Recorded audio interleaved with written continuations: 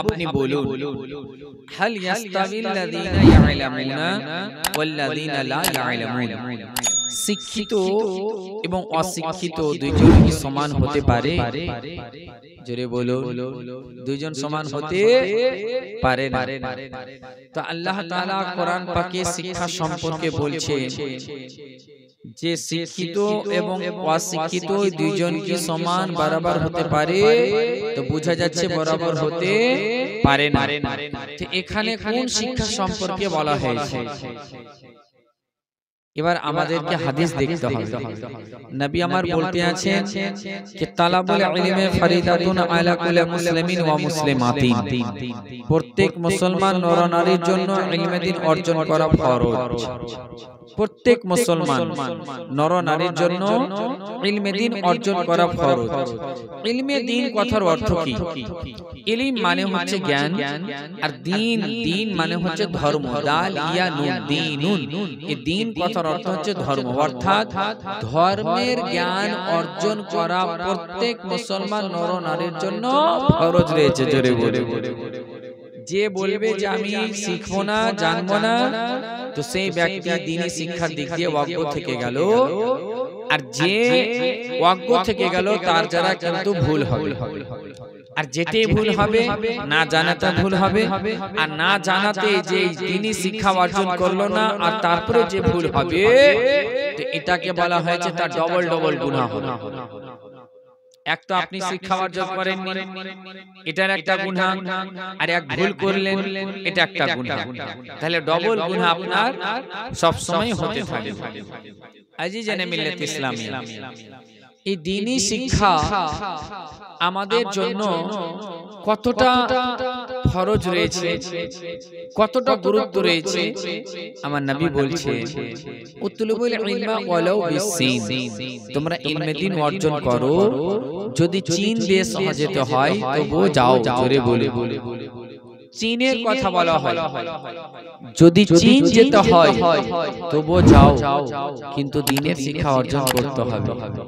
আজকে আল্লাহু আকবার, আমরা আল্লাহর কোটি কোটি শুকরিয়া আদায় করি যে আমাদেরকে আজকে চীন যাওয়ার প্রয়োজন নেই, পাকিস্তান যাওয়ার প্রয়োজন নেই, বাংলাদেশ যাওয়ার প্রয়োজন নেই, হয়তো ইউপি যাওয়ার প্রয়োজন নেই, উড়িষ্যা যাওয়ার প্রয়োজন নেই, ঝাড়খণ্ড যাওয়ার প্রয়োজন নেই, পশ্চিমবঙ্গের বুকে মালদার সরজমিনে কালিয়াচকের বুকে দ্বীনি শিক্ষার জন্য বড় বড় ইদারা আলহামদুলিল্লাহ চলছে। জোরে বলে, আর গ্রাম গ্রামে মাকতাব, আপনাদের এখানে তো মাকতাব আছে না? হ্যাঁ, যেমন মসজিদে জনাব জুবায়ের আলম সাহেব বললেন যে আমাদের মাকতাবে এখানে চলছে, এই মাকতাবে আপনাকে কোরআন শিক্ষা দেওয়া হয়। জোরে বলে, কি করে আপনি রিডিং কোরআন পড়বেন, কি করে আরবিটা শিখবেন, এটা শিক্ষা দেওয়া হয়। এই মাকতাবের পরে এবার উচ্চ শিক্ষা অর্জন করতে গেলে আপনাকে অন্য কোথাও যেতে হবে।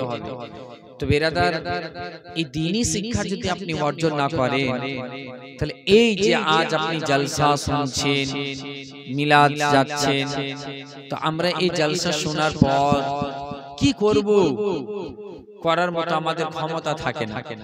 আজকে একটা নামাজের ফাজিলাত শুনলাম, আমাদের শোনাটাই হলো, যেহেতু আমাদের আদা করার ক্ষমতা নেই। আজকে কোরআনে একটা সূরার ফাজিলাত শুনলাম, শোনাটাই হলো, কিন্তু আদা করার আমাদের ক্ষমতা নেই।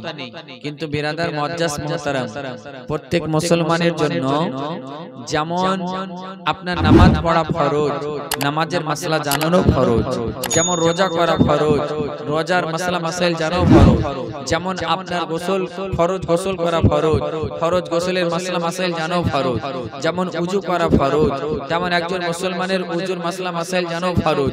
আজিজানে মুহতারাম, একজন মুসলিম ব্যক্তির জন্য ইসলামের আহকাম ও আরকান যেগুলো আদা করা একজন মুসলমান ব্যক্তির জন্য জরুরি, সেইগুলোর মাসলা মাসাইলও জানা হচ্ছে জরুরি। জরুরি, আপনার জন্য আলিম মাওলানা মুফতি বানা জরুরি নয়, তবে আজ এই ইলমে দ্বীনের গুরুত্ব কতটা, যারা যাদের মধ্যে ইলম থাকে, কোরআনের জ্ঞান থাকে, বিদ্যা থাকে, তো তাদের অবস্থা কি হয়, আর যাদের কাছে কোরআন হাদিসের জ্ঞান থাকে না তাদের অবস্থা কি হয়, গুরুত্বটা বোঝাচ্ছে। হাদিসের মাফহুম বলি, আমার নবী বলতে আছে প্রত্যেক দিন আসরের নামাজের পর ইবলিস শয়তান সমুদ্রে একটি তাখতা বিছায়। কি বিছায়? তাখতা। আর ওই তাখতা বিছিয়ে দেওয়ার পর সেই জায়গাতে প্রত্যেক শয়তান একত্রিত হয়। যেমন একত্রিত হয়ে যাওয়া, একত্রিত হয়ে যাওয়ার পরে এবার ইবলিস শয়তানকে একদিক থেকে শয়তানগুলো বলতে লাগে। একটা শয়তান দাঁড় হয়ে গেল, বলতে আছে হুজুর আজকে আমি ফালা জনের বাড়িতে ঝগড়া লাগিয়ে এসেছি। ইবলিস বলে খুব ভালো হয়েছে, বসে যাও। আবার একজন দাঁড় হয়ে গেল, দাঁড় হয়ে যাওয়ার পরে বলতে আছে হুজুর আমি ফালা জায়গাতে আমি আগুন লাগিয়ে এসেছি। বলে ঠিক আছে বসে যাও।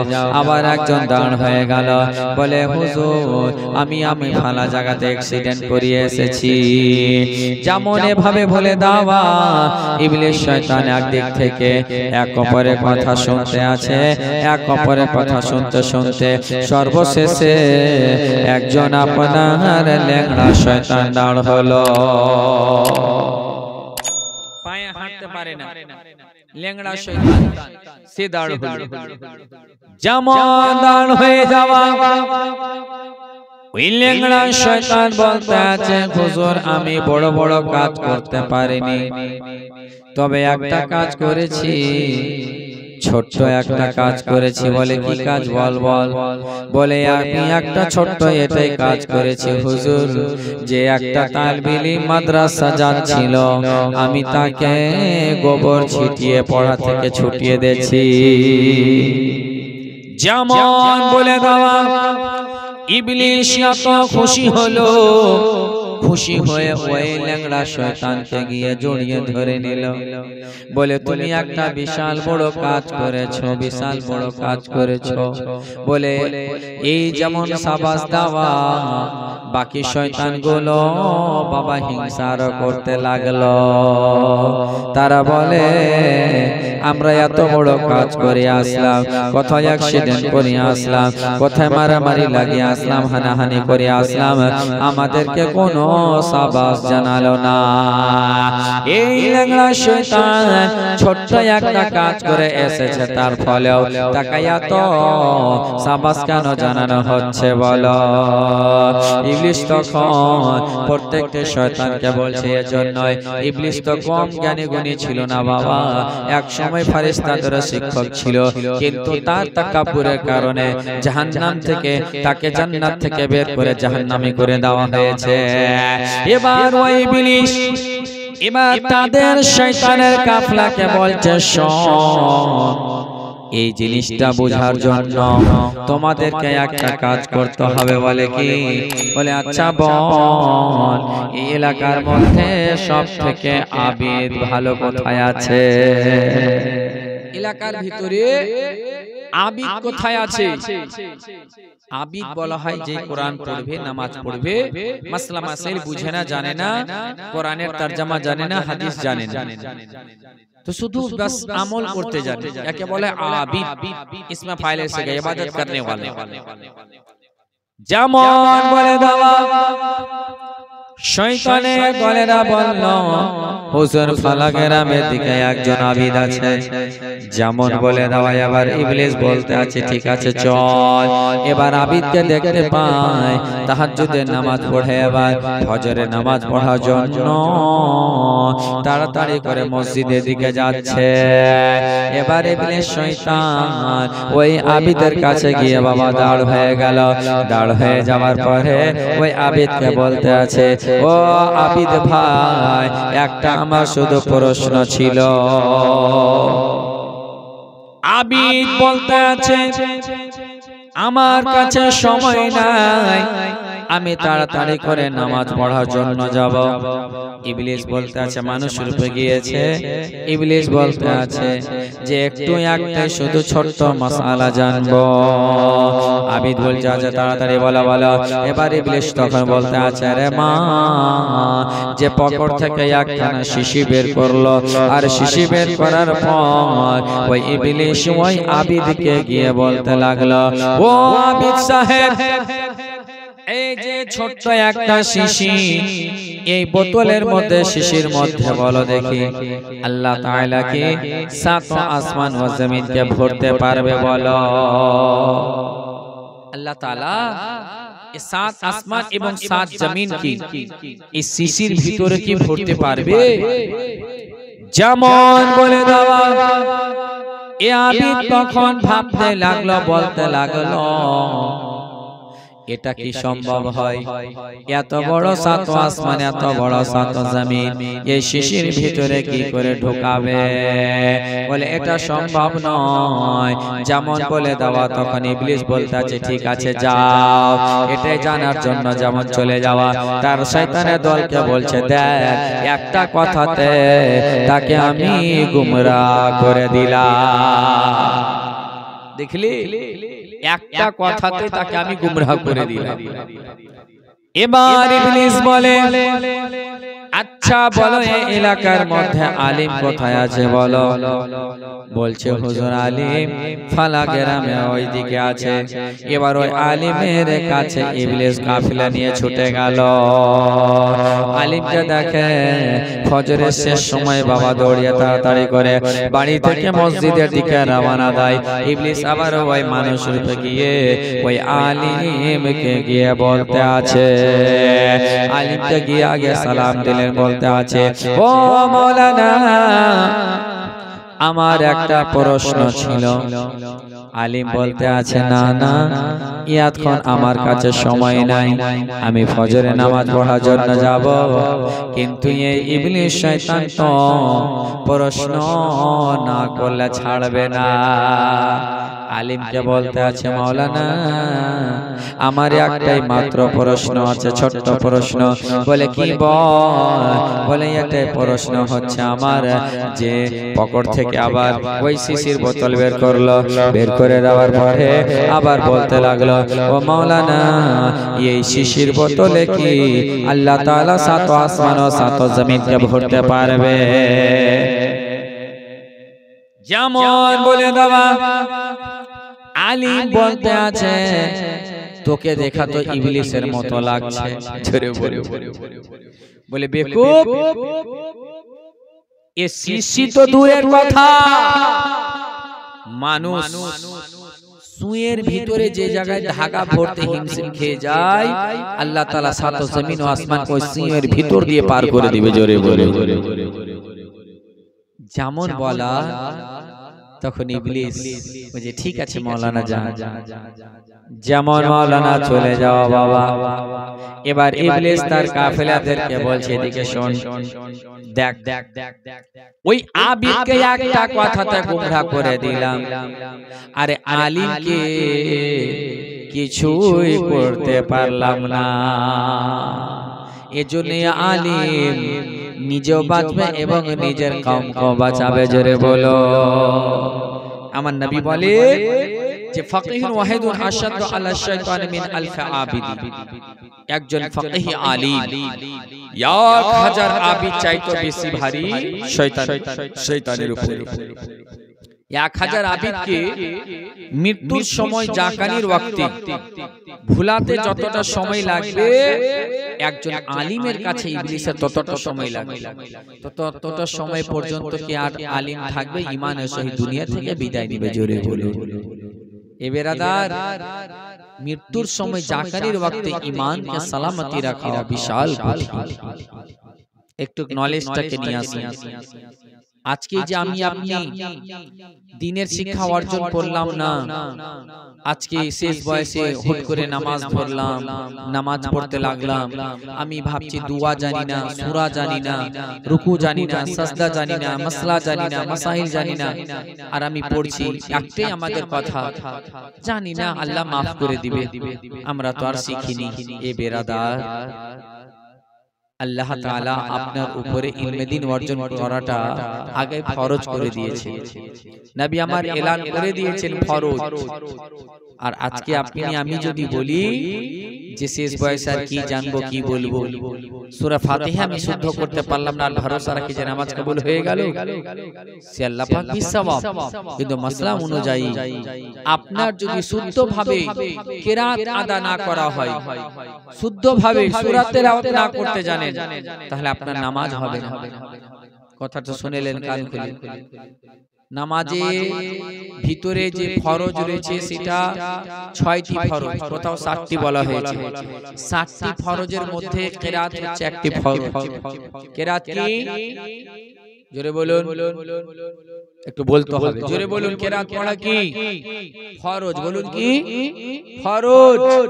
আর কিরাত কাকে বলে? যেমন সূরা ফাতিহা, আর সূরা ফাতিহার সঙ্গে অন্য সূরা আমরা মিলাই না, আলাম তারা, লিলাফি আর ইত্যাদি সূরা আমরা মিলাই। তো যেই সূরা আপনি পড়বেন সেই সূরাটা যেন শুদ্ধ হয়। যেমন তেমন করে পড়লে আপনার কিরাত হলো না, আর কিরাত যখন শুদ্ধ আদা হলো না, নামাজ হলো না। আর নামাজ যখন আদা হলো না, আপনি গুনাহগার থেকে গেলেন। আল্লাহর কাছে উজুর পেশ করবেন। দুনিয়ার বুকে আমি আপনি যখন বাড়িতে টাইলস লাগাই, দুনিয়ার বুকে আমি আপনি যখন বাড়ি ঘরে কোনো কাজ করাই, তো একটু যদি আঁকা বাঁকা হয়ে যায়, একটু কম বেশ হয়ে যায়, আমরা মিস্ত্রিকে বেতন সহ কেটে নিই যে কাজ ভালো হয়নি, টাকা দেওয়া হবে না, তাহলে কাজ ফিনিশিং করো। একটা দর্জিকে কোট সিলাতে দিলাম, সেটিং ফিটিং না হলে কি ব্যাপার, সেটিং ফিটিং হয়নি, টাকা দেব না, নাহলে ঠিক করো। আজ যদি বেরাদার আপনি ধরুন যে কি কোন খাওয়ার জিনিস নিতে গেলে এক পেটির মধ্যে দুটা যদি আপেল পচা বেরিয়ে যায়, পচা আপেল না হবে না, অন্য পেটি দাও। এই বেরাদার আপনি যখন নিবে ভালো নিবে, আর আপনি আল্লাহর ইবাদত করবেন যেমন তেমন করে, আল্লাহ কবুল করে নেবে না বাবা। মাসলা অনুযায়ী খুব কঠিন। এজন্য আমি আগে বললাম আজকে আমি শিক্ষা সম্পর্কে একটি কথা বলবো। এজন্য অনেক শুনছি এই শিক্ষার গুরুত্বটা বাড়ান। আজকে অনেকে সূরা তেলাওয়াত করে, সূরা ফাতিহাতে 7টি আয়াত, যে সূরাটি আমরা কিভাবে পড়ি বলুন তো? আজকে সেই সূরা পড়তে হলে এভাবে পড়তে হবে আপনাকে।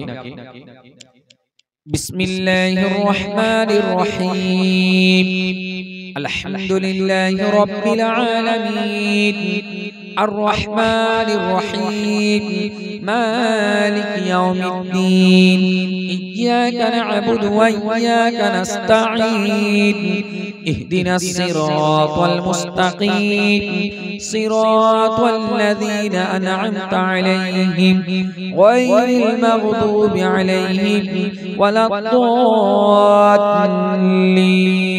আমিন। বিরাদার মুআজ্জাজ, সে সূরাটাকে আমরা পড়ি আলহামদুলিল্লাহি রাব্বিল আলামিন, আর রহমানির রহিম, মালিক ইয়াউমিদ্দিন হবে।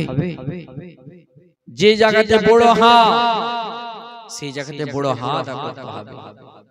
যে জায়গাতে বড় কাপ, সেই জায়গাতে বড় কাপ আদা করতে হবে। যে জায়গাতে বড় শিন, সেই জায়গাতে বড় শিন আদা করতে হবে। যে জায়গাতে সাদ, সেই জায়গাতে সাদ আদা করতে হবে। আর আজকে আমি আপনি উল্টা পাল্টা করে পড়ে দিয়ে আর ভাবি যে আমার নামাজ কবুল হচ্ছে কি হয় না, এই বেরাদার কখনো এটা সম্ভব না। আজকে আমরা সূরা তেলাওয়াত করি, সূরা আছে এভাবে, ইযা জাআ নাসরুল্লাহি ওয়াল ফাতহ, আনাসরুল্লাহ, নাসর আছে না, নূন সাদ র, নাসর, নাসর মানে হচ্ছে মদদ, সাহায্য, হেল্প। কিন্তু আমি আপনি সাদের জায়গাতে নাসরুল্লাহ বলে দিলাম, তো সিন চলে আসলো, নুন সিন র, এটা মানে হচ্ছে গীত। নাউজুবিল্লাহ, কতটা চেঞ্জ হয়ে গেল বাবা। আমি আপনি পড়ি কুল হুয়াল্লাহু আহাদ, কুল মানে আপনি বলুন, আল্লাহ এক। তো আপনি ওই জায়গায় বলছেন কুল হুয়াল্লাহু আহাদ, ছোট কাপ দিয়ে। কুল মানে এটা ফেলে আমাদের হয়ে আলো তো। কুল, কুল মানে কাপ লাম, এটা হচ্ছে ছোট কাপ দিয়ে কুল মানে তুমি খাও। নাউজুবিল্লাহ, মানাটা চেঞ্জ হলো না? হ্যাঁ কুল তুমি খাও আল্লাহ ইয়াক নাউজুবিল্লাহ। আর এখানে বলা হচ্ছে কুল বড় কাপ দিয়ে কুল আপ ফরমাইয়ে ক্বালা ইয়াকুলু নাসরে আনসুর থেকে উকুল থেকে কুল মানে আপ ফরমাইয়ে। তো কতটা পরিবর্তন হলো। আজকে আমরা রুকুতে যাই, নামাজে কি পড়ি মা? আচ্ছা যে কথাগুলো বলছি খারাপ বলছি আপনার ভালোর জন্য কি না? এই কথাগুলো যে বলছি এটা আপনাদের ইলমে দ্বীন অর্জন করা হচ্ছে। আর এই ইলমে দ্বীন অর্জন করছেন তো এটা আপনার ফরজ আদা হলো। আর বলা হয়েছে যদি ইলমে দ্বীন 10টা মিনিট যদি আলিমের কাছে বসে কেউ শিখে সারা রাত নফল ইবাদতের চাইতে বেশি উত্তম। জোরে বলুন। তো আমার কাছে যদি 1 ঘন্টা শিখেন তাহলে 10 দিন নফল ইবাদত করার চাইতে বেশি উত্তম। জোরে বলুন। শুনিলেন? আমরা রুকুতে কি পড়ি? সুবহান রাব্বিয়াল আযীম। তো আযীম আইন জ ইয়া মিম, আযীম মানে আজমত ওয়ালা। তো জ অনেকের উচ্চারণ হয় না, হয় অনেকের জ উচ্চারণ হয় না। তো ওই জায়গাতে আমরা বলে থাকি আজিম, জিম বলে দিলাম। সুবহান রাব্বিয়াল আযীম। আযীম মানে কি জানেন? আজিম মানে হচ্ছে গঙ্গা। আইন জিম ইয়া মিম মানে আজিম মানে হচ্ছে গঙ্গা। তো আপনি যদি রুকুতে বলেন, ধ্যান দিয়ে শুনুন, আপনি যদি রুকুতে বলেন যে সুবহান রাব্বিয়াল আযীম, নাউজুবিল্লাহ। সুবহান মানে হচ্ছে পাক, পবিত্র। রব্বি সুবহানা রব্বি ইয়াল আযীম বলছেন, তো আযীম হয়ে যান মানে আমার রব পাক গঙ্গা। নাউজুবিল্লাহ। নামাজটা হবে?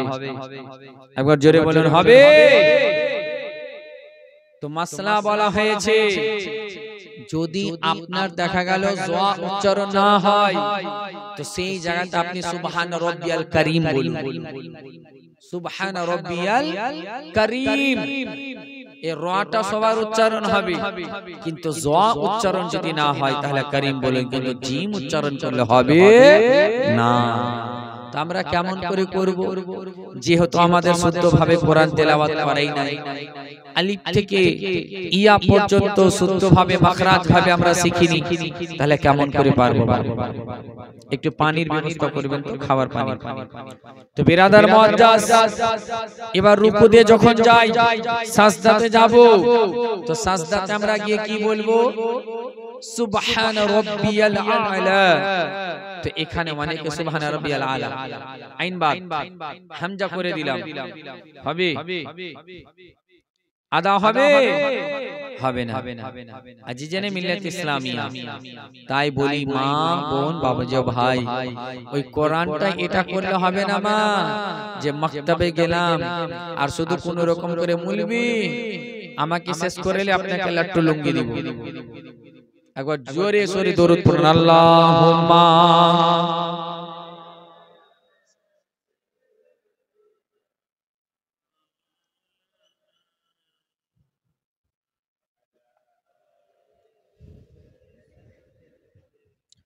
মাওলানা মুহাম্মদ, আল্লাহুম্মা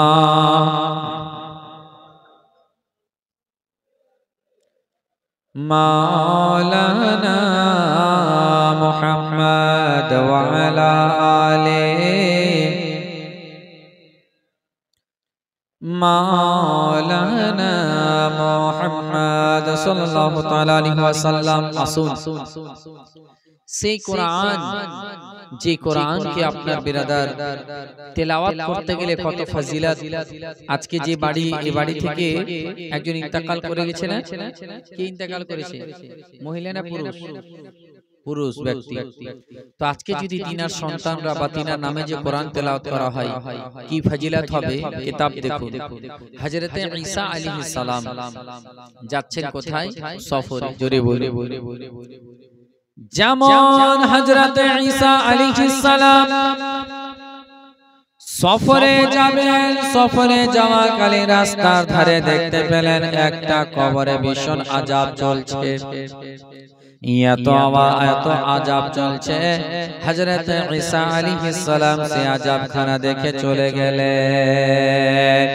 যাওয়ার পরে এবার ওই আসার পথে নিজের কাজকর্ম সেরে যখন সফর থেকে ফিরে আসছেন, আসার পর দেখেন ওই কবরে আপনার আর আযাব নাই, আযাব হয় না। এবার আপনার ওই কবরখানাকে ফুলের বাগিচায় ভরে দেওয়া হয়েছে। হযরত ঈসা আলাইহিস সালাম আল্লাহর কাছে দোয়া করলেন, আল্লাহ আমি ব্যাপারটা বুঝতে পারলাম না ইয়া রাব্বাল আলামিন, আমি ব্যাপারটা বুঝতে পারলাম না। যাওয়ার পথে আমি দেখলাম যে কবরে আযাব চলছিল, আর ফেরার পথে দেখছি কবরে ফুলের বাগিচা। মহান আল্লাহ পাক রব্বুল ইজ্জত গায়বী আওয়াজ দিয়ে বলতে লাগলেন, ও আমার ঈসা নবী শোনো, আমারে বান্দা যখন ইন্তেকাল করে, ইন্তেকালের সময় এই বান্দা আমার গুনাহগার বান্দা ছিল, তার জন্য তার কবরে আযাব চলছিল। কিন্তু রে ঈসা আমার নবী শোনো, যখন সে ইন্তেকাল করে, তার স্ত্রী গর্ভবতী ছিল, তার সন্তান দুনিয়াতে ভূমিষ্ঠ হয়, ভূমিষ্ঠ হয়ে যাওয়ার পর তার সন্তানকে তার স্ত্রী মক্তবে ভর্তি করে, আর মক্তবে যখন তাকে পড়াতে শুরু করে, সে আমার নাম দুনিয়াতে লাই মক্তবে শুরু করে, বিসমিল্লাহির রহমানির রহিম। ও ঈসা, যেই বান্দার আমি কবরের ভিতরে আযাব দিই, তার সন্তান দুনিয়ার বুকে আমার রহমান রহিম নাম লাই, আমি আল্লাহ, আমি রহমান রহিম, আমি সহ্য না করতে পেরে তার ছেলের বিসমিল্লাহ পড়ার বদৌলতে আমি তার বাবার কবরে আযাবকে মাফ করে দিলাম। একবার জোরে বলা যাবে না? যে ছেলে দুনিয়ার বুকে থাকাকালীন মা বিসমিল্লাহ পড়ার কারণে তার ছেলে যদি বিসমিল্লাহ পড়ে, তার কবরে যদি আযাব মাফ হয়ে যায়। আজকে দুনিয়ার বুকে যদি কোন সন্তান বাবার জন্য সূরা ইয়াসিন তেলাওয়াত করে, বাবার জন্য সূরা মুলক তেলাওয়াত করে, বাবার জন্য যদি কোরআন তেলাওয়াত করে, তাহলে বলুন তো দেখি, যেই সন্তান বিসমিল্লাহ পড়তে গেলে এত ফজিলত হয়, যেই সন্তান যার ছেলে দুনিয়াতে থাকাকালীন যদি কোরআন তেলাওয়াত করে, তার কি দারাজাত বুলন্দ হবে, জোরে বলো সুবহানাল্লাহ। বিসমিল্লাহ দুনিয়ার বুকে পড়ছে, আর তার পিতার কবরের আযাব আল্লাহ maaf করছে, জোরে জোরে বেরাদার। তাহলে বুঝা গেল যে কোরআন তেলাওয়াত করাতে কতটা সওয়াব। তবে একটা কথা আমি আগে বললাম যে কোরআনকে কোরআনের মতো তেলাওয়াত করতে হবে, এভাবে পড়লে হবে না। আলিফ লাম মিম যালিকাল কিতাবুল লা রাইবা ফিহি হুদাল লিল মুত্তাকিন। জি না, ওই মা বোন বাবা যে ভাই যারাই পড়বেন, ওগুলো পড়াতে আরো কি ঈমানের খতরা, ঈমান চলে যেতে পারে। কারণ কোরআনে আপনি পড়ছেন কি, কোরআনে লেখা আছে যালিকাল কিতাবু লা রাইবা ফিহি, যালিকাল কিতাবু লা রাইবা ফিহি, ওই কিতাব যার মধ্যে কোনো যাররা পরিমাণ কোনো সন্দেহ নেই, লা রাইবা, কোনো শক নাই। আর আপনি পড়তে গেলেন যালিকাল কিতাবু লা রাইবা ফিহি, লা মানে লা না বলে লা বলতে চলে গেলেন তাড়াতাড়ি, যেটা লামে তাকিদ হয়ে গেল। আর লামে তাকিদ যেখানে হলো, এর মানে চলে আসলো এটা ওই কিতাব যেখানে জরুর জরুর মানে নিশ্চয় সন্দেহ আছে। নাউজুবিল্লাহ। ঈমান থাকবে, ঈমান থাকবে, অত সহজ নাই মা। আজকে আমরা বাংলা পড়ছি, 1 থেকে মাধ্যমিক দিয়ে দিলাম, কই বললেন না একদিন তো কি 10 বছর ধরে বাংলা পড়ছি আর পড়বো না। আজকে ইংরেজি শিক্ষার জন্য 1 থেকে মাধ্যমিক 10 বছর পড়লেন, কই কোন দিন তো বললেন না যে 5 বছর ধরে 10 বছর থেকে ইংরেজি শুধু পড়ছি। বিরাদার মুআজ্জাজ, বাংলা শিক্ষার জন্য, ইংরেজি শিক্ষার জন্য, অঙ্ক শিক্ষার জন্য 10 বছর 15 বছর 20 বছর পার হয়ে যায়, কোনো আমরা আপত্তি জানাই না। আর কোরআন তেলাওয়াত 6 মাস হতে গেলে আমাদের মৌলভী সাহেবের কাছে আপত্তি খবর পৌঁছে গেল, অবজেকশন পৌঁছে গেল, মাওলানা মেয়েটা 1 বছর থেকে পড়ছে, কোরআনই শেষ হয় না। মানে মনে হচ্ছে এত ইজি মনে করছে, সহজ। এই হচ্ছে বর্তমান আমাদের সমাজ। বেরাদার, কোরআন তেলাওয়াত করতে গেলে শুদ্ধভাবে পড়তে হবে বাবা। আজকে বেরাদার মিল্লাত ইসলামিয়া কিভাবে কোরআন আদা করতে হবে, তেলাওয়াত করতে হবে, এগুলো প্রত্যেক মুসলমানের জরুরি। আর আমি তো অনেকজনকে বলি যে অনেকে আছে যে হয়তো পুরো কোরআন এই বয়সে হয়তো শুদ্ধ যদি না করতে পারেন, বাপ মা বাবা যে ভাই জোড়া হাত করে একটা কথা বলি, ইমাম সাহেবের কাছে বা মুয়াজ্জিন সাহেবের কাছে কমসে কম 5টা থেকে 6টা সূরা 2 মাস সময় লাগুক মাখারিজের সহিত কিরাত সহকারে টানাটান মুখস্থ করে নেবেন। তাহলে কি হবে জানেন, যে 2 মাস যদি আপনি কষ্ট করে মাখরাজ সহকারে মুখস্থ করে নেন, চিরদিন আপনি মাখরাজ সহকারে নামাজে পড়বেন, আল্লাহর বারগাহে নামাজটা কবুল হবে। জোরে বলে। আর এই 2টা মাস লজ্জা শরমে, আমি এতদিন কোরআন পড়েলাম, আমার এখন কাই সূরা শিখতে যাব, আমার সম্মানটা থাকবে, ও অহংকার করে লাভ নাই। আপনার সম্মান থাকবে কি না থাকবে, আপনি ভুল পড়বেন তো কি আপনার সম্মান বেড়ে গেছে? বেরাদার, এগুলো থেকে একটু বেঁচে একটু পরিবর্তন করুন, শিক্ষার দিকে আসুন। আজকে মুসলমান আজকে কিসের জন্য, আমি একটা এর আগে বোধহয় কথা বলেছিলাম যে যার মধ্যে যত বেশি কোরআনের জ্ঞান থাকবে তার মধ্যে তত বেশি আল্লাহর ভয় থাকবে। জোরে বলে, একবার জোরে বলা যাবে না? সুবহানাল্লাহ বলতে টাকা লাগছে? টাকা লাগে না তো একটু জোরে বলুন সুবহানাল্লাহ। তো যার মধ্যে যত যার কোরআনের জ্ঞান থাকবে তার ততটা বেশি আল্লাহর খৌফ থাকবে।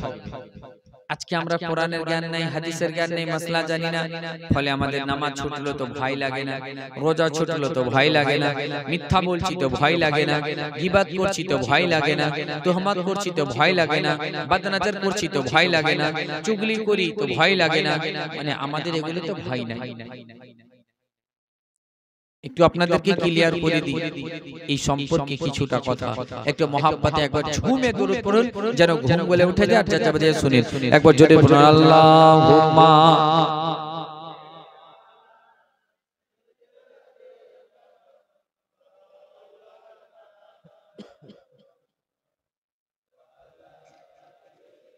ঢেলে রাখবে এখানে।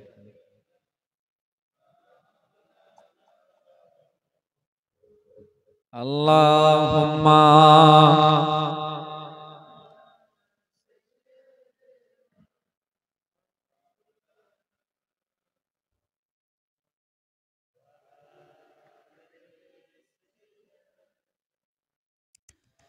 মাওলানা মুহাম্মদ।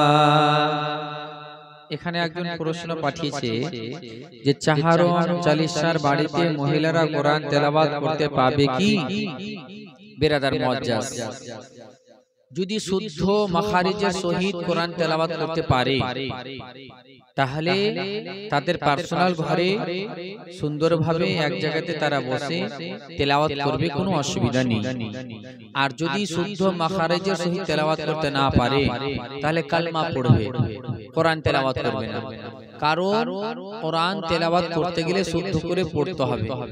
আমি প্রথমে ওই বিষয়ে কথা বললাম ওই জন্যই, যে আজকে আমরা এত ইজি মনে করে নিয়েছি কোরআন তেলাওয়াত করা, যে এটা আমাদের প্রায় দেখি খুব কঠিন। বাপ, মিনিমাম 2-3 বছর টাইম লাগবে কোরআনকে শুদ্ধ করতে আপনাদের জন্য। এই জন্যই কোরআনকে ভালোভাবে শুদ্ধভাবে পড়বেন, বাকি কোনো অসুবিধা নেই। আর যারা কোরআন শুদ্ধ পারবেন না, কালমা পড়বেন, দরুদ পড়বেন, তাসবিহ তেলাওয়াত করবেন, ওয়ারি সওয়াব অনেক পাবে।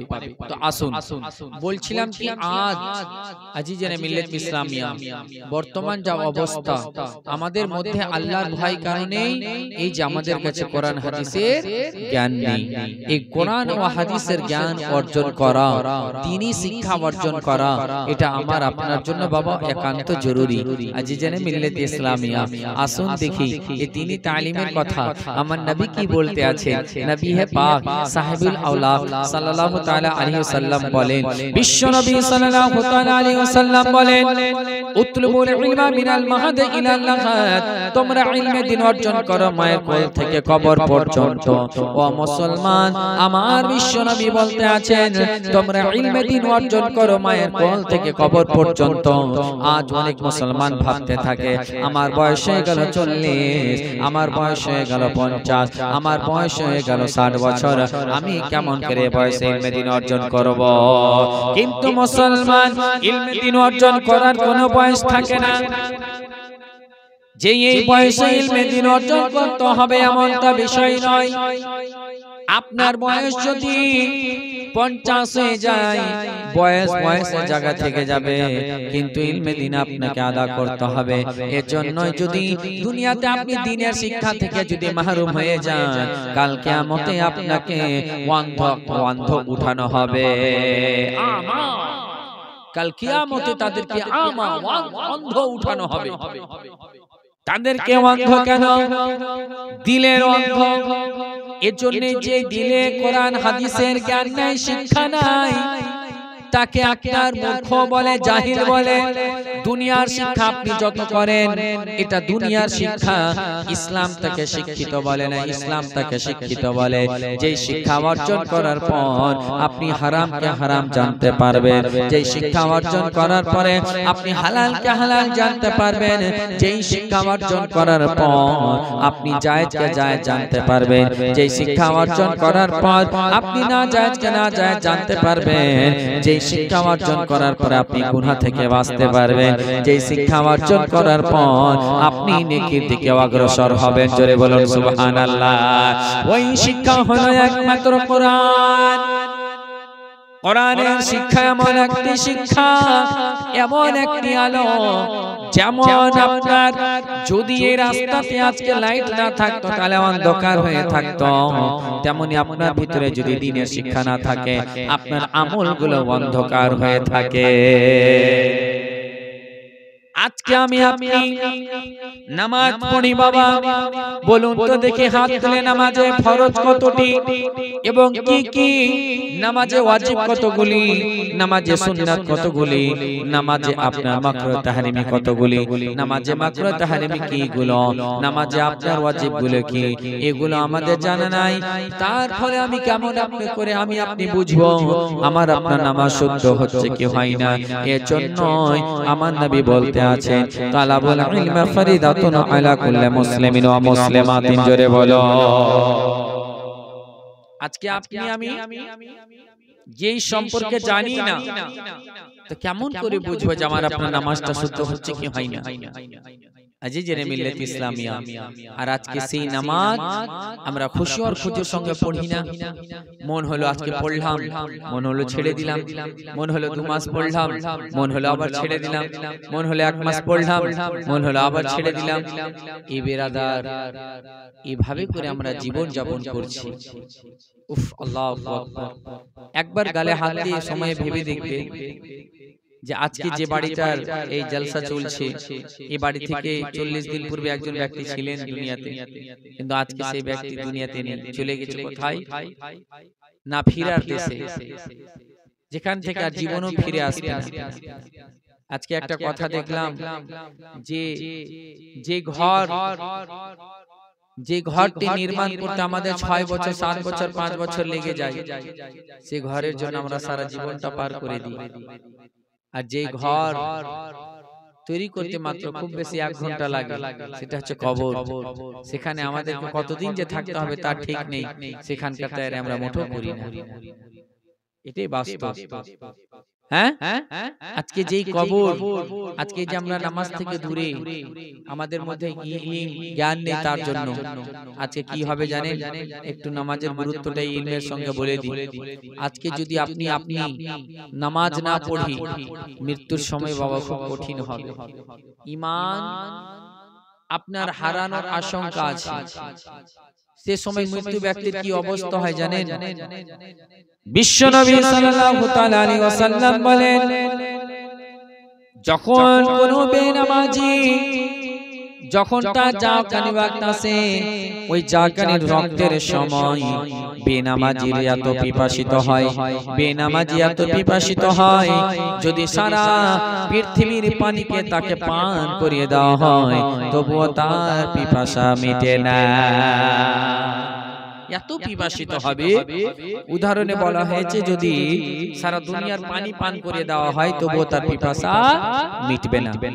এমন সময়, যে সময় আপনার এত পিপাসিত অবস্থা হবে, যখন আপনার সারা পৃথিবীর পানি পান করিয়ে দিলেও আপনার যদি পিপাসিত দূর না হয়, ওই সময় আপনার ইবলিস চলে আসবে জাকানের সময়, আর আসার পরে এমন সুন্দর ভাবে লেবাস পরে আসবে আর আপনার গ্লাস করে পানি নিয়ে থাকবে, শুধু আপনি দেখতে পাবেন। এবার ইবলিস বলবে, ও বান্দা শোনো শোনো, তুমি শুধু পড়ো লা ইলাহা, এটাই শুধু বলো, আর কিছু বলতে হবে না। আর এই যে আমি তোমার সামনে, আমাকে তুমি খোদা বলো। ওই ব্যক্তি তখন পিপাসিত অবস্থায়, মানুষ যখন একটা বিপদে পড়ে যায় তখন যা করতে হয় তা করতে রাজি, কিন্তু বিপদ থেকে উদ্ধার হওয়া চাই। ওই মুর্দা ব্যক্তি ভাববে, আমি যদি একে খোদা একবার বলে দিই তাহলে আমি পানিটা পান করতে পেয়ে যাব। এবার ওই বেনামাজিকে যখন আপনার ওই ইবলিস শয়তান বলবে আমাকে খোদা বলো, আমি তোমাকে পানি পান করিয়ে দিচ্ছি, যেমন ওই ব্যক্তি তার আমল থাকবে না, নামাজ থাকবে না, বেসাহারা থাকবে, সঙ্গে সঙ্গে তাকে খোদা বলবে আর বলবে লা ইলাহা। এবার যেমন ইবলিস ওই গিলাসটা দিয়ে দিবে, ওই গিলাসে যে পানি থাকবে ওটা পানি নয়, ওটা হলো ইবলিসের পেশাব। আল্লাহু আকবার। যেমন ওই ইবলিসের পেশাব দিয়ে দেওয়া, এবার ওই সময় তার ঈমানকে গুমরাহ করে চলে গেল, ঈমান বরবাদ করে চলে গেল। আপনি খোদা তাকে বলে দিলে গেলে তাহলে আপনার ওই জাকানের সময় ঈমানটা আপনার আর থাকবে না। আল্লাহু আকবার। জি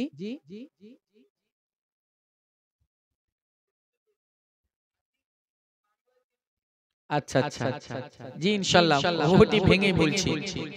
এই হচ্ছে মুসলমান আমাদের অবস্থা। আজ যদি আমি আপনি নামাজ থেকে দূরে থাকি, এবার নামাজ থেকে দূরে থাকলে এই অবস্থা হবে। আর একটু বলে দিন নামাজি ব্যক্তির জন্য কি হয়? যারা নামাজ পড়ে তাদের জন্য আমার নবী মুস্তাফা বলেন, বিশ্ব নবী সাল্লাল্লাহু তাআলা আলাইহি ওয়াসাল্লাম বলতে আছে, হযরত আবু হুরায়রা রাদিয়াল্লাহু তাআলা আনহু থেকে বর্ণিত, দয়ার নবী মুস্তাফা সাল্লাল্লাহু তাআলা আলাইহি ওয়াসাল্লাম বলেন, ও আমার সাহাবীগণেরা শোনো। এভাবে সাহাবীগণ বসে রয়েছেন, নবী আমার সাহাবীদেরকে বলতে আছে, ও আমার সাহাবীগণেরা শোনো, যদি কোনো ব্যক্তির বাড়ির সামনে একটি পুকুর থাকে আর সেই পুকুরে ওই ব্যক্তি যদি প্রতিদিন 5 বার গোসল করে তাহলে তার শরীরে কি কোনো ময়লা থাকবে বলো? সাহাবীগণেরা বলতে আছেন, ইয়া রাসূলুল্লাহ, ইয়া হাবিবাল্লাহ, নবী গো, ওই ব্যক্তির শরীরে কোনো রকম ময়লা থাকবে না। আমার নবী বলতে আছেন, ও আমার সাহাবী শোনো, তেমনই যেই ব্যক্তি দিনে 5 ওয়াক্তের নামাজ পড়বে ওই ব্যক্তির শরীরে কোনো রকম কোনো গুনাহ থাকবে না। জোরে বলুন সুবহানাল্লাহ। তাহলে নামাজি ওই রকম নামাজ হতে হবে যেভাবে আমি বললাম, শুদ্ধভাবে আদা করে। আজকে কোরআনে আল্লাহ বলছেন, ইন্নাস সালাতা তানহা আনিল ফাহশাই ওয়াল মুনকার, নিশ্চয় নামাজ মানুষকে প্রত্যেক কুকর্ম থেকে দূরে রাখে। হয় না বাপ? আজকে বাস্তব ঘটনাগুলোই ধরি। অনেকে দেখা যায় 5 ওয়াক্তের নামাজ পড়ে চায়ের দোকানে বসে গীবত করে, 5 ওয়াক্তের নামাজ পড়ে মিথ্যা বলাতে আগে, 5 ওয়াক্তের নামাজ পড়ে আবার ঘুষ খায়, 5 ওয়াক্তের নামাজ পড়ে আবার দেখা গেল তলা তলা সুদ খায়, 5 ওয়াক্তের নামাজ পড়ে পরের হাত মেরে খায়। এরকম অনেকজন ব্যক্তি আছে নাকি না বাপ, যারা মিল্লাত ইসলামিয়া এই নামাজি কেন হয় না? এই জন্য তার মানে ওই আসল নামাজ নামাজি না।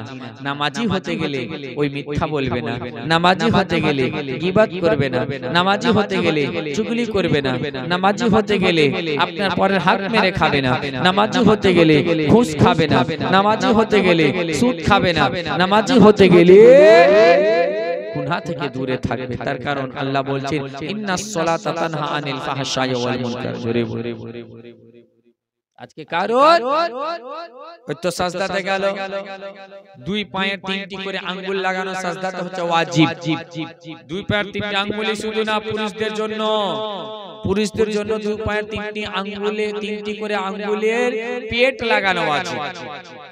এবার কেউ যদি ভুলবশত ছেড়ে দেয় তাহলে সাজদা সহ করতে হবে, আর জেনে শুনে ছেড়ে দেয় তো আবার নামাজ ফিরিয়ে পড়তে হবে। এবার বলুন কতজন এভাবে পড়ে? পিঠ সোজা করে, পিঠ আর মাথা সোজা থাকবে, বলা হয় যে যদি এক গ্লাস পানি রাখা যায় পানিটা পড়বে না। এভাবে কতজন রুকু করে? যাদের ওইভাবে রুকু হয় না তাহলে তাদের রুকু হলো না, ওয়াজিব ছুটে গেল। তো আজিজানে মিল্লাত ইসলামিয়া অনেক বিষয় আছে। আজকে কি বলছিলেন বাপ? সুবহান রাব্বিয়াল আযীম। আচ্ছা দেখুন, এই জন্যই তো বললাম যে বাংলাতে তো ওরা আপনার চেষ্টা করছে শুদ্ধ লেখার, কিন্তু কথা হচ্ছে যে আরবি পড়াটা অ্যাকচুয়ালি আলিমের কাছে আপনাকে শিখতেই হবে। ডাইরেক্ট আপনি বাংলা বইয়ে পড়ে কামিয়াব হতে পারবেন না। তার কারণ হলো যে নোটে তো অঙ্ক সবটাই করা আছে, কিন্তু মাস্টার কাছে টিউশন পড়তে হচ্ছে। তার কারণ হলো যে অঙ্ক তো করা আছে, কিন্তু বুঝার জন্য সূত্রটা জানতে হবে যে কোনটা কোনখান থেকে কিভাবে বসলো। আজিজানে মিল্লাত ইসলামিয়া, আপনি মুখস্থ করার জন্য বাংলা বই থেকে মুখস্থ করতে পারেন, কিন্তু আপনাকে শোনাতে হবে আলিমকে। জোরে বলে ফর্মুলাটা শুনেলেন? বাংলা বই থেকে মুখস্থ করে নেন, কিন্তু শোনাতে হবে কাকে? আলিমকে। তারপরে দেখবেন ইনশাআল্লাহ আপনার কমপ্লিট হবে, না হলে মুশকিল। বুঝতে পেরেছেন? হ্যাঁ, তো মাখরাজ করে তো বই আর পাবেন না, আলিমের কাছে শিখতে হবে। তাই আপনাদের বলি মা, বোন, বাবুজি, ভাই, এখনো সময় আছে। মা, আজকে আমরা ইবাদত, বন্দেগী, জুহুদ ও তাকওয়া এগুলোর দিকে আমাদের ধ্যান গুরুত্ব থাকে না। আর একটা জিনিস সবসময় দেখবেন, মানুষ যেটার উপরে মেহনত করে ওটার উপরেই তার বৃদ্ধি হয়। একজন ব্যবসায়ী যখন ব্যবসা করে তো ওই ব্যবসা নিয়েই সচে আমার ব্যবসাটা কি করে বড় করা হয়। একজন যখন আপনার দেখবেন যে কোন জমি জায়গা কিনেওয়ালা 1 বিঘা কিনলে তো বলে আর 1.5 বিঘা কখন কিনবো, আর 2 বিঘা কখন কিনবো। কিন্তু একজন ব্যক্তি যখন আমলের দিকে যায়, আজকে এটা আমল শিখলাম তো কালকে ওটা আমল, পরশু ওটা আমল, আস্তে আস্তে আমলগুলোকে বৃদ্ধি করতে থাকে, তার সঙ্গে সঙ্গে শুদ্ধভাবে করতে হবে। আজকে আপনাকে আমি এতটুকু বলবো, এক জায়গায় গেলাম তো বলছে এই রাসাকুয়াতে জীবনী সেরে ফজরের নামাজ পড়ে লোকজন বসলো, বলে হুজুর কিছু আমাদেরকে কয়েকটি কথা শিখান।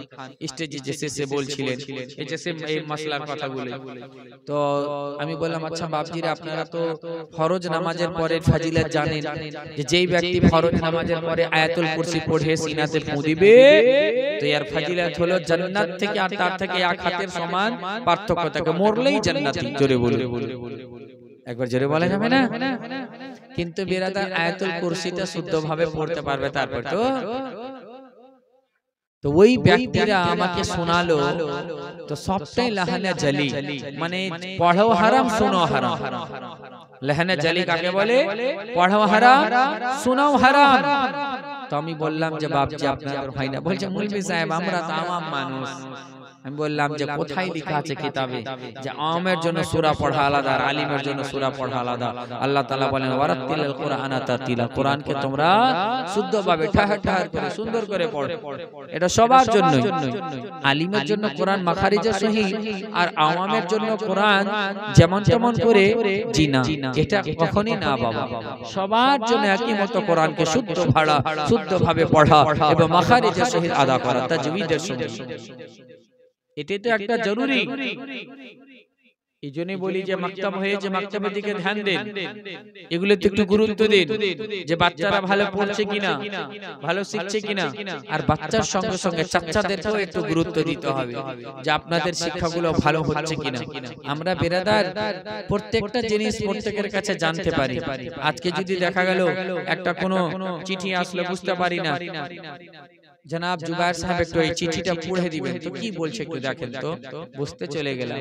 আজকে বেরাদার আপনার জমি নিয়ে ফেসে গেছেন, আমিনের কাছে বারবার যাচ্ছেন, একটু দেখেন তো জমিটা নেই বাবা কোনখান থেকে কি ম্যাপে আসছে, কতটা কি কেটেছে দেখেন তো, আমরা চলে গেলাম। আজকে অসুস্থ হলাম, ডাক্তারের কাছে একবার নাই, সুস্থ হওয়া পর্যন্ত 36 বার গেলাম, কোনো অসুবিধা নাই। কিন্তু বেরাদার আজকে আমি আপনি যে ইলমে দ্বীন থেকে দূরে, কতবার আলিমকে জেনেছি মাওলানা আজকে আমার সূরা ফাতিহাটা শুনুন তো, আমার শুদ্ধ আদা হচ্ছে কিনা মাওলানা, রুকুতে আমি যে তাসবিহ তেলাওয়াত করছি সেটা আদা হচ্ছে কিনা মাওলানা, আমি কোরআন শিখেছি আমার কোরআনটা শুদ্ধ তেলাওয়াত হচ্ছে কিনা শুনুন তো। আমরা এদিকে যাই না, আমরা শুধু এতটুকু জানি মৌলভী সাহেব কালকে বেটির বিয়ে আছে, টুকরাটা খাওয়াইতে হবে, ফাতিহা করবে, মাওলানা সাহেব চালিসা আছে, আর কোরআনও যে আমরা পড়ছি তো বাস মরার সময়। এই হচ্ছে আমাদের রীতিনীতি।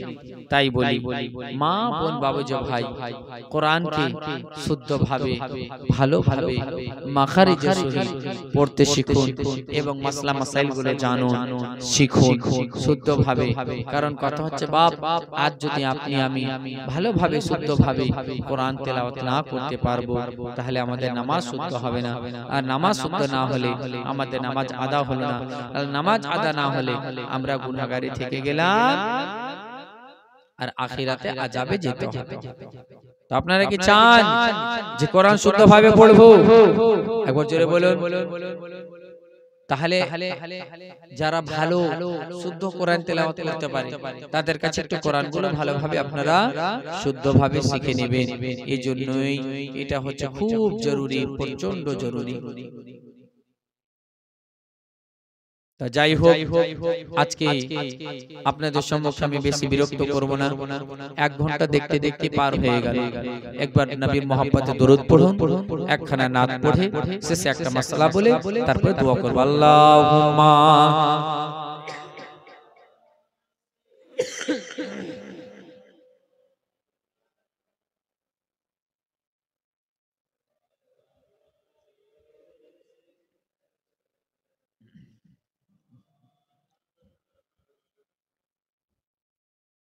আল্লাহুম্মা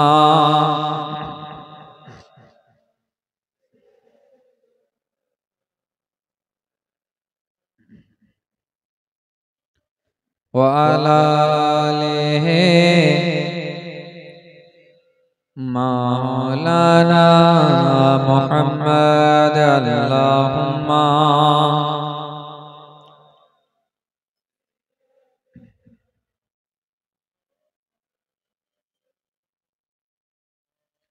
ওয়ালা আলিহি সাইয়্যিদিনা মাওলানা মুহাম্মদ সাল্লাল্লাহু তাআলা আলাইহি ওয়াসাল্লাম কবি বলছেন कि तू शम्म मेरी सालत है, आलम तेरा परवाना। एक बार मोहब्बत बोलते अरे एक जुमा बोला जाबे ना कि तू शम्म मेरी सालत है, आलम तेरा परवाना। तो मांगे नबूवत है, ऐ जलवाए जानाना। तू शम्म मेरी सालत है, आलम तेरा परवाना। तू मांगे नबूवत है, जलवे जानाना। तू माहे नबूवत है, जलवे जानाना। तारपरे बोलছেন कि तू शम मेरी सालत है आलम तेरा परवाना तू माहे नबूवत है ऐ जलवाए जानाना कि पीते हैं तेरे दर का खाते हैं तेरे दर का पानी है तेरा पानी पानी है तेरा पानी दाना है तेरा दाना पानी है तेरा पानी दाना है तेरा दाना तो शम मेरी सालत है आलम तेरा परवाना तो माहे नबूवत है जलवा है जानाना। एक मोहब्बत बोलूं सुभान अल्लाह, एक जोरे बोलूं। कवि बोलছেন कि क़यादत दर्द व मकाफ़िका रे मिल्लत किसको कहते हैं। मोहब्बत के साथ कि क़यादत दर्द व मकाफ़िका रे मिल्लत किसको कहते हैं। क़यादत दर्द व मकाफ़िका रे मिल्लत किसको कहते हैं। क़यादत दर्द उम्मत फ़िक्र मिल्लत किसको कहते हैं। रजा से पूछिए इश्क़ रिसालत किसको कहते हैं। रजा से पूछिए इश्क़ रिसालत किसको कहते हैं। रजा से पूछिए इश्क़ रिसालत किसको कहते हैं। और ये शेर भी हाजिर करता हूँ मोहब्बत के साथ, बोले सुभान अल्लाह। कि तलाश कि बदल देता था रस्ता देख कर फारूक कोई इब्लिस।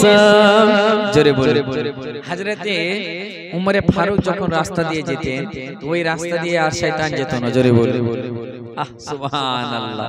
কবি এটি বলছেন कि बदल देता था रास्ता देख कर फारूक कोई इब्लिस। बदल देता था रास्ता देख कर फारूक कोई इब्लिस। बदल देता था रास्ता देख कर फारूक कोई इब्लिस। इसी से तुम समझ जाओ कि दहशत किसको कहते हैं। इसी से तुम समझ जाओ कि दहशत किसको कहते हैं। और शेर हाजिर करता हूँ मोहब्बत के साथ, बोले सुभान अल्लाह। दिलों पर राज है आए दलों के बीच में रहकर। हुजूर खाजा माइनुद्दीन चिश्ती भारतेर बुके থেকে দলে থেকে हुकूमत করছেন। জোরে বলুন সুবহানাল্লাহ। कि दिलों पर राज कर दिलों पर राज है कायम दलों के बीच में रहकर। दिलों पर राज है कायम दलों के बीच में रहकर। दिलों पर राज है कायम दलों के बीच में रहकर। मेरे ख्वाजा ने दिखलाया, मेरे ख्वाजा ने दिखलाया हुकूमत किसको कहते हैं, मेरे ख्वाजा ने दिखलाया हुकूमत किसको कहते हैं, मेरे ख्वाजा ने दिखलाया हुकूमत किसको कहते हैं। अकबर मोहब्बत बड़ा अल्लाहुम्मा।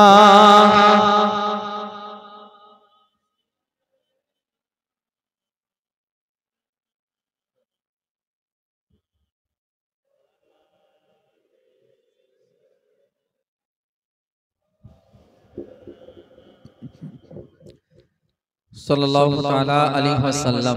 बिरादर मुअज्जज मोहतरम, শেষের দিকে কয়েকটা আমল আপনাদেরকে বলে যাই যে ইনশাআল্লাহ চেষ্টা করবেন আমলগুলো করার।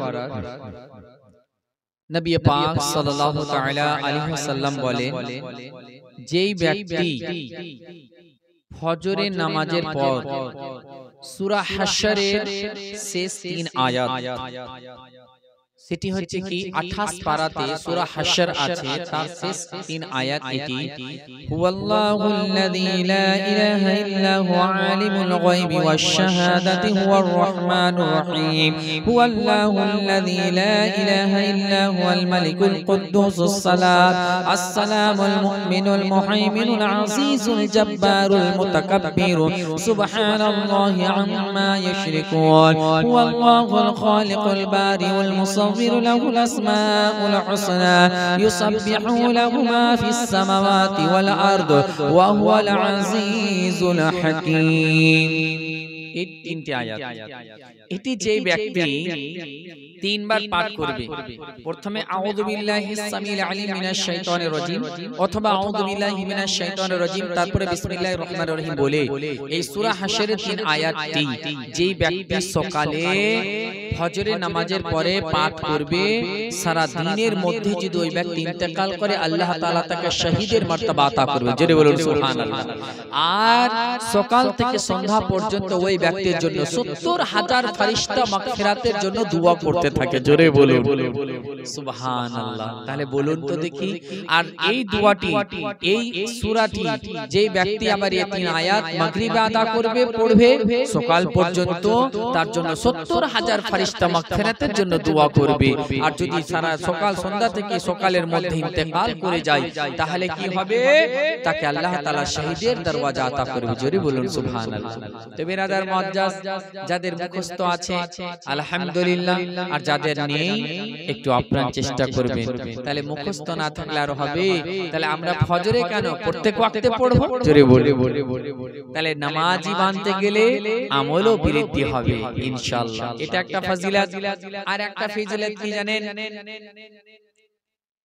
সাইয়্যিদুল ইস্তিগফার। বললেও ঝামেলা, শুনে শুধু বলে না যে টাকা নাই তো আর জমি কি করব ভাই, দেখা সস্তা হোক আর জমিনি হোক, এরকম অনেকজন হয়ে যায় বাবা। বিরাদার শুনুন, মুখস্থ না থাকলেই হবে, মুখস্থ করতে হবে, আমল করবেন আপনার হবে, আর দৌলত করবেন পরের হবে, হিসাব করে। তো সাইয়্যিদুল ইস্তিগফারের ব্যাপারে এসেছে যে যেই ব্যক্তি সাইয়্যিদুল ইস্তিগফার সকালে একবার পাঠ করবে, যদি সারা দিনের মধ্যে মারা যায় ওই ব্যক্তি জান্নাতি। জোরে বলুন ওই ব্যক্তি জান্নাতি। আর যদি সন্ধ্যাতে পড়ে আর সকালের মধ্যে সারা রাত ইন্তেকাল করে যায় ওই ব্যক্তি জান্নাতি। মানে বলা হয়েছে ওই যে জান্নাত থেকে মানে মৃত্যুটাই পার্থক্য, মরলেই জান্নাতি। জোরে বলুন সুবহানাল্লাহ। সাইয়্যিদুল ইস্তিগফার, আল্লাহুম্মা আনতা রাব্বি লা ইলাহা ইল্লা আনতা খালাকতানি ওয়া আনা আবদুকা ওয়া আনা আলা আহদিকা ওয়া আদিকা মাস্তাতা'তু আউযু বিকা মিন শাররি মা সানা'তু আবু লাকা বিনি'মাতিকা আলাইয়া ওয়া আবু বিযামবি ফাগফিরলি মাগফিরাতাম মিন ইনদিকা ওয়ারহামনি ইন্নাকা আনতাল গাফুরুর রহিম। জোরে বলা যাবে না? যেই ব্যক্তি সাইয়্যিদুল ইস্তিগফার সকালবেলা একবার তেলাওয়াত করবে, সারা দিনের মধ্যে যদি ওই ব্যক্তি ইন্তেকাল করে যায় আল্লাহ তাআলা তাকে জান্নাতি করে দেবে। আর যে ব্যক্তি মাগরিবের সময় যদি একবার তেলাওয়াত করে নেয়, সন্ধ্যার সময় যদি তেলাওয়াত করে, সকাল পর্যন্ত এর মধ্যে যদি তার ইন্তেকাল হয়ে যায় আল্লাহ তাআলা তাকে জান্নাতি বানিয়ে দেবে। সেই সাইয়্যিদুল ইস্তিগফার বড় কিতাবে না খুঁজে পাবেন, বাগদাদি কায়দা নেবেন, আর বাগদাদি কায়দাতে পহলা কলমা, दूसरा कलमा, तीसरा कलमा, चौथा कलमा, पांचवा कलमा, छठा कलमा, सातवां कलमा, आठवां कलमार পরে দেখতে পাবেন সাইয়্যিদুল ইস্তিগফার লেখা রয়েছে। ওই জায়গায় দেখতে পাবেন লেখা রয়েছে আল্লাহুম্মা আনতা রাব্বি লা ইলাহা ইল্লা আনতা খালাকতানি ওয়া আনা আলা আবদুকা ওয়া আনা আলা আহদিকা ওয়া ওয়াদিকা মাস্তাতআতু আউযু বিকা মিন শাররি মা সানাতু আবু লাকা বিনি'মাতিকা আলাইয়া ওয়া আবু বিযামবি ফাগফির লি মাগফিরাতাম মিন ইনদিকা ওয়া রাহমনি ইন্নাকা আনতাল গাফুরুর রহিম। তাহলে ইনশাআল্লাহ পড়বো তো। আরো ইস্তিগফার আছে, কিন্তু এটা সাইয়্যিদুল ইস্তিগফার, এটা ফজিলত।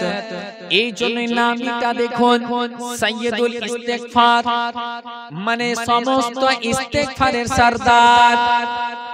যেমন বলি সাইয়্যিদুল মালাইকা, মানে সমস্ত ফেরেশতাদের সরদার, তেমনি বলে সাইয়্যিদুল আম্বিয়া, নবীগণের সরদার। তেমনি এটা আপনার জন্য সাইয়্যিদুল ইস্তিগফার এমন একটি ইবাদত। তাহলে বিরাদার মিল্লাত ইসলামিয়া কমসে কম একবার, আর যদি কোনো ব্যক্তি 3 বার পাঠ করে তার জন্য আরো বেশি ফজিলত। জোরে বলুন সুবহানাল্লাহ।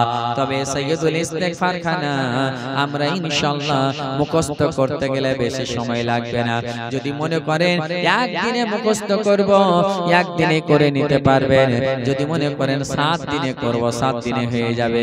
কিন্তু বাবা, নিজের আমলের জন্য আপনি এই আমলগুলো নিশ্চয় করুন, নিশ্চয় করতে হবে, ঢিল ছাড়লে হবে না। এই এতগুলো মুখস্থ কে করবে? আজ যদি আপনি কোথাও আপনার বাবা মায়ের 5 শতক জমি ছুটে যায়, আপনি ওই 5 শতক জমি বের করার জন্য একদিন নয়, 2 দিন নয়, 1 মাস ধরে যদি আপনাকে কোর্টে, কাটালিতে, থানাতে, পুলিশের জায়গাতে, বিভিন্ন জায়গায় ঘোরাঘুরি করতে হয়, তবুও আপনি রাজি, কিন্তু 5 শতক জমি নিয়ে ছাড়ব। ও মুসলমান, ওই 5 শতক জমির জন্য আপনি যদি নিজেকে দুনিয়াতে ব্যস্ত করতে পারেন, কিন্তু নিজেকে জাহান্নাম থেকে বাঁচানোর জন্য 7 দিন কি আপনি ব্যস্ত হতে পারবেন না? জেরে বলুন। এটা কোনো বেশি ভাইটাল ব্যাপার নয়, বিশাল এমন কোনো জটিল বিষয় নয় যা আমাদের আপনার জন্য মুখস্থ করা কঠিন হয়ে যায়, এমনটা বিষয় নয়। আপনি চাইলে 7 দিন কেন 1 ঘন্টায় মুখস্থ করতে পারবেন। তবে বেরাদার আপনার মন হওয়া চাই। এর জন্য আমি আগে বলেছি, আমাদের মনে নামাজের কথা যদি থাকে, আপনি যদি নামাজি হয়, আপনি যদি ইলমে দ্বীন শিক্ষা অর্জন করতে লাগে, তাহলে ইনশাআল্লাহ আল্লাহকে রাজি করার জন্য যা যা পদ্ধতি অবলম্বন করতে হবে, সেইগুলো পথ আমরা অবলম্বন করতে পারবো। কিন্তু বড় দুঃখের বিষয়, আমরা দ্বীনি শিক্ষা থেকে যেহেতু দূরে, আমাদের আমল থেকে আরো তার দূরে। যেহেতু দ্বীনের শিক্ষাই নেই, তার আমলের দিকে কতটা আমাদের চাহিদা থাকবে। কিন্তু মুসলমান, এখনো সময় আছে। আমরা যদি চেষ্টা করি ইলমে দ্বীন অর্জন করব, তাহলে ইলমে দ্বীন অর্জন করে আমরা আল্লাহ তাআলাকে রাজি করতে পারবো। শেষের দিকে আপনাকে একটা কথা, একটা হিকায়াত শুনিয়ে নিজের বক্তব্য ইতি করব। এরকমই একটা সভা আয়োজন করা হয়েছিল। মাওলানা বলল ইলমে দ্বীনের কথা, আর এই ইলমে দ্বীনের কথা শুনে নেওয়ার পর একজন বৃদ্ধ ব্যক্তি, যার বয়স প্রায় 70 বছর বয়স হয়ে গিয়েছে, সকাল হয়ে গেল, আলিমে আলিমের কাছে গিয়ে হাজির হয়ে গেল। আলিমকে গিয়ে বলতে লাগে, ও মাওলানা, আমি এ বয়সে ইলমে দ্বীন অর্জন করতে পাবো? বলে, হ্যাঁ হ্যাঁ, তোমার ইলমে দ্বীনের জন্য কোনো বয়স থাকে না। এজন্যই আমার নবী বলেছেন, উতলুবুল ইলমা মিনাল মাহদি ইলাল লাহাদ, তোমরা মায়ের কোল থেকে কবর পর্যন্ত ইলমে দ্বীন অর্জন করো। যেমন বলে দাও। এবার ওই বৃদ্ধ ব্যক্তি বলছে, আমাকে পড়া দেন, আমি এ বয়সে আজ থেকে ইলমে দ্বীন অর্জন করব। জোরে বলুন সুবহানাল্লাহ। মাওলানা বলে দিল, যাও, আজকে আমি পড়া দিলাম, এটাই পড়া যে ছাই মাটিতে তায়াম্মুম করা হয় না। জোরে বলে মাওলানা পড়া দিয়ে দিল যে ছাই মাটিতে তায়াম্মুম করা হয় না। ওই বয়স্ক ব্যক্তি এটাই কথা বারবার রিপিট করতে আছে, ছাই মাটিতে তায়াম্মুম করা হয় না, ছাই মাটিতে তায়াম্মুম করা হয় না, ছাই মাটিতে তায়াম্মুম করা হয় না। এই করতে করতে সারা দিন বলতে আছে। রাত হয়ে গেল। রাত হয়ে যাওয়ার পরে এবার যখন ঘুমিয়ে যায়, সকালে যখন উঠে আর দুনিয়ায় জীবিত নাই, ইন্তেকাল হয়ে গিয়েছে। ইন্তেকাল হয়ে যাওয়ার পর এবার যখন স্বপ্নের মাধ্যমে দেখতে আছে, একজন আল্লাহর ওলি বুজুর্গ ব্যক্তি দেখতে আছে। ওই ব্যক্তিকে যখন মুনকার নাকির প্রশ্ন করে, মার রাব্বুকা, বলে ছাই মাটিতে তায়াম্মুম করা হয় না। বলে মা দিনুকা, বলে ছাই মাটিতে তায়াম্মুম করা হয় না। বলে মা কুনতা তাকুলু ফি হাযার রাজুল, বলে ছাই মাটিতে তায়াম্মুম করা হয় না। ফেরেশতা বলতে আছে, আল্লাহ, এতগুলো কবর গিয়েছি, এমন উত্তর পাইনি, এই কোন ব্যক্তি এমন উত্তর দেয়? গায়বী আওয়াজ আছে, ও আমার ফেরেশতা শোনো, এটা আর কেউ না, এটা হলো রাসূলের মেহমান তালিবুল ইলম। জোরে বলুন সুবহানাল্লাহ। যারা তালিবুল ইলম হয়, তালিবুল ইলম শুধু এটাই নয় যে মাদ্রাসায় পড়তে গেলে তালিবুল ইলম। তালিবুল ইলম কথার অর্থ হলো, তালিব মানে হচ্ছে ঢোঁড়া, আর ইলম মানে হচ্ছে ইলম। ইলম ঢুঁড়নে वाला কে বলে তালিবুল ইলম। জোরে বলো। আপনি যদি এই বয়সে ইমামের কাছে, মসজিদে মুয়াজ্জিনের কাছে ইলমে দ্বীন পড়েন, আপনিও তালিবুল ইলম হয়ে গেলেন। এই তালিবুল ইলমের ফজিলতে আমার নবী বলতে আছে, মান খারাজা ফি তালিবিল ইলমি ফাহুয়া ফি সাবিলিল্লাহি হাত্তা ইয়ারজিআ। যেই ব্যক্তি ইলমে দ্বীন অর্জন করার জন্য বাড়ি থেকে বের হলো, সে আল্লাহর রাস্তায়, হাত্তা ইয়ারজিআ, যতক্ষণ পর্যন্ত সে বাড়ি না ফিরে আসে, তাহলে বুঝা গেল যেই ব্যক্তি ইলমে দ্বীন অর্জন করার জন্য বেরিয়ে যায়, সেই ব্যক্তি আল্লাহর রাস্তায়। জোরে বলেন সুবহানাল্লাহ। আর যারা আল্লাহর রাস্তায়, তারা যদি ইন্তেকাল হয়ে যায়, তারা হচ্ছে শহীদ। আর যারা শহীদ হয়ে গেল, তাদের কবরে প্রশ্ন সহজ হয়ে যায়। জোরে বলুন। ও মুসলমান, এর জন্যই ইলম এমন একটি ইবাদত, এর আর একটু আপনাকে মাফহুম শিখাই। কিতাবে পড়েছিলাম ইলম আর উলমা, এই কিতাবের মধ্যে লেখা রয়েছে, হাদিসের মাফহুম বলি। একজন সাহাবীকে আমার নবী বললেন, ও আমার সাহাবী, শোনো শোনো, তোমার মৃত্যু আসর এবং মাগরিবের মধ্যে তোমার মৃত্যু হয়ে যাবে। ওই সাহাবী বলতে আছে, ইয়া রাসূলুল্লাহ, ইয়া হাবিবাল্লাহ, নবী গো, আমি এই মুহূর্তে কি আমল করব যেন আমি আল্লাহর কাছে প্যারা বান্দা হই? আমার নবী তখন তাকে নামাজের কথা বললেন না, তাকে যাকাতের কথা বললেন না, দান ও সদকার কথা বললেন না, অন্য কোন আমল বললেন না। আমার নবী তাকে বললেন, শোনো শোনো, তুমি এই জায়গা, তুমি এই সময় ইলমে দ্বীন অর্জন করতে মগ্ন হয়ে যাও। তুমি এই মুহূর্তে ইলমে দ্বীন অর্জন করো। ওই সাহাবী ইলমে দ্বীন অর্জন করতে মগ্ন হয়ে গেলেন, আর ওই অবস্থায় তার ইন্তেকাল হয়ে গেল। ও মা বোনেরা, বাবাজি ও ভাইরা, যদি ইলমে দ্বীন অর্জন করতে করতে ইন্তেকাল হয়ে যায়, তাহলে আপনাকে শহীদের দরওয়াজা আতা করা হয়। সুবহানাল্লাহ। তো ইলম এমন একটি ইবাদত, শিক্ষা, যে সুবহানাল্লাহ বিহামদিহি, তাতে ইবাদত হয় আর তাতে শিক্ষাও হয়। তাই বাবাজি ও ভাইরা, বেশি বেশি করে শিক্ষার দিকে, দ্বীনি শিক্ষা নিয়ে চর্চা করুন, জানুন, শিখুন। আজকে মুসলমান আমরা এমন হয়ে গিয়েছি, মাঠে ঘাটে, বাজারে আমাদের এক অপরের গীবত, তুহমাতে আমরা ব্যস্ত। একটা চায়ের দোকানে বসে গেলে সেই জায়গায় আমাদের ভালো আলোচনা হয় না, আমরা এক অপরের গীবত করতে শুরু করে দিই। ফালাজন এরকম, ফালাজন এরকম, যে আলিমের পিছনে ফজরের নামাজ পড়লাম তারও আবার ওই চায়ের দোকানে গীবত গাইতে লেগে গেলাম। ও মুসলমান, নবী আমার ওই গীবতকারীদের সম্পর্কে বলতে আছেন, ইয়াকুম ওয়াল গীবাতা ফাইনাল গীবাতা আশাদ্দু মিনাজ জিনা।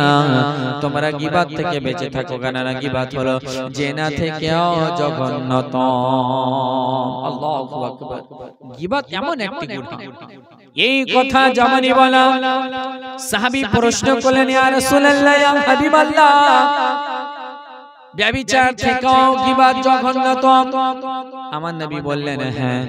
বলে কেমন করে? বলে ও আমার সাহাবীগণেরা শোনো, যদি কোনো ব্যক্তি শয়তানি চক্রান্তে তার দ্বারাতে ব্যভিচার গুনাহ হয়ে যায়, আর যদি তারা আল্লাহর কাছে সচ্চা দিনে তওবা করে, আল্লাহ তাআলা তাদেরকে ক্ষমা করে দেয়।